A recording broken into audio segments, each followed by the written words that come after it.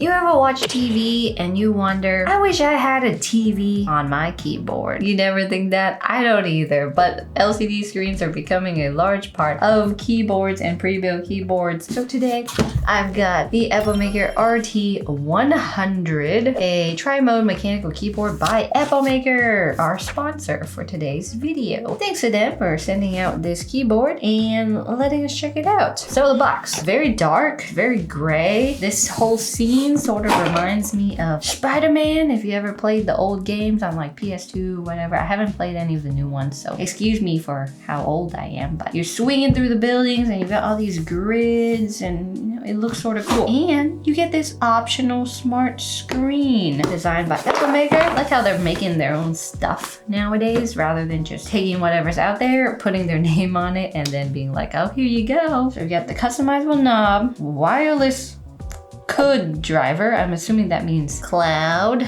driver, maybe. Got gasket, double sound absorption, which means foam, battery, pre-loop stabilizers, hot swappable, and the smart screen, which is probably what I'm most excited about, even though it looks like it's really lame, because I cannot imagine having something like that on my keyboard. So it's 96%. It's a chunky boy. Got this dust cover. I tend to use these for like snacks. You know, you put your water in here, you put your snack bag, whatever. It's probably not what it should be used for, but it is. Of course, the box does tell you accessories are underneath, so you don't throw it away. I enjoy that because what do? I throw it away. Got a keycap and switch puller, nothing special. It's not even branded. So I've got a ton of these. They work. They're not the best, but they work better than the small claw ones. The cable is actually really cool. It sort of has this steampunky, futuristic, like retro look. It sort of reminds me of like an XLR cable. It's thick, 6 feet cable, really bulky, probably doesn't fit into every keyboard, but it looks good. And the screen comes in this little protected styrofoam covering. It's made of plastic, pretty small, not gigantic or anything. And this is a keyboard. So the keyboard already has a little screen knob thing here. It's super duper lightweight. So you've got 5 feet, some pretty nice kick up feet here. I like the dual angle, a little bit of an accent here with the curves, very rounded, not very sharp edges. You do have wireless on off here and then Windows Mac. So it has a 2.4 gigahertz receiver. So dongle holder in the keyboard, very convenient. Except if you wanted the screen, you have to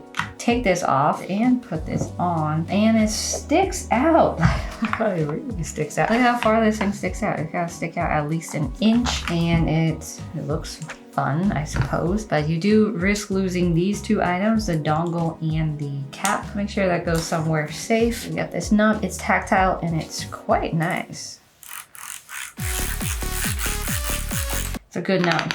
Stabilizers are pre-lubed. Keycap profile is something a little tall, more spherical. Not sure if it's SA or some kind of in-between profile that Epomaker just comes up with, but it is higher profile. It's different from row to row. Got some unique things here like press to backspace, press to confirm, then shift, need more space, press to lock caps. I mean, it's sort of obvious that you press those things to do those things. But anyways, there are just a few things that feel off about the keycaps, like this enter key. How come everything else, all caps, okay, all caps, and then this enter key, not all caps, or this num, or delete page up, page down? It just doesn't make sense. There is RGB. It's not super strong or anything, probably because the keycaps are covering most of it, but this knob thing's cool, and this screen thing's on, so it can display time, date, week, power, current connection mode, volume, weather, CPU power consumption, and a health reminder. I guess that would just be like, hey, get up to walk, but maybe not. I don't know if I like the screen. I think it's a little extra, and the angle of it is like not slanted, so it's not as easy to see. This knob, however,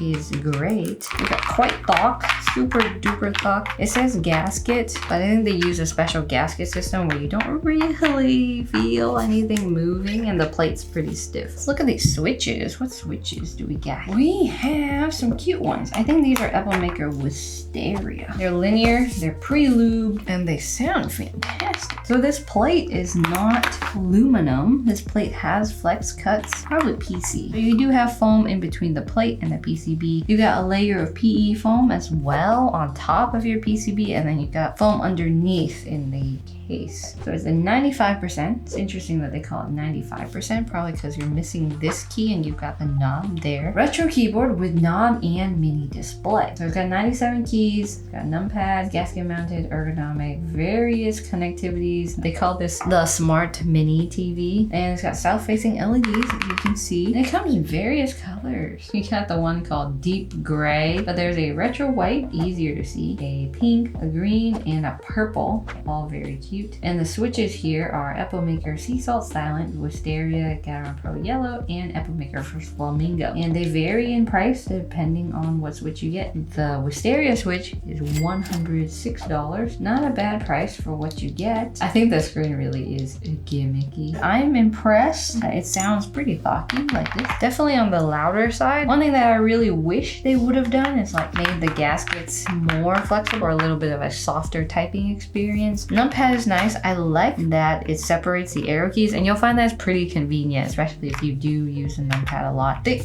PVC keycaps, like super thick. We got the spacebar dampening foam here, and you got plate mounted stabilizers, no ticking or anything. Time to try downloading the software. Something I rarely do and really do not enjoy doing, but we'll try this time since the screen seems interesting. So the software looks pretty decent. It recognized the keyboard. Well, of course it does, because I downloaded the exact firmware for the RT100. So I've got the screen and I can draw stuff. I don't want to draw stuff. I want to synchronize the time. Here we go. Time is updated to 2023. That's pretty cool. Let's see if there's any cool images I can put on my little mini screen. Here we go. We got some images. Let's do Elmo on fire. So here, got the uploading screen, and it's synced with what's showing on the computer right now. When this reaches 100%, we're gonna see Fire Elmo on the screen. So overall, you know, like it's a cool gimmick. Is it super useful? No, I don't think so. I think it's really lightweight.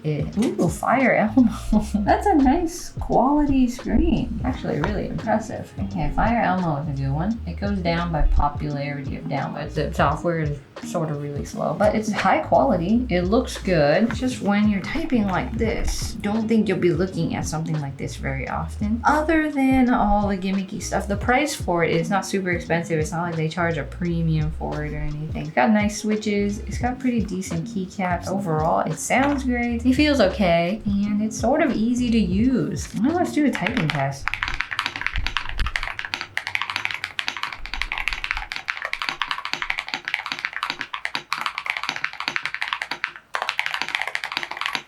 So typing pretty slow here with this keycap profile. Just really not used to the way that they feel. Overall, pretty good keyboard. Not like amazing for the price, but pretty decent. I'd probably give it around 4 stars. It's got all the features someone could want, and this backspace sounds fantastic. Really enjoyed pressing backspace while making crazy typos. So tell me what you think, and thanks to Epomaker for sponsoring this video.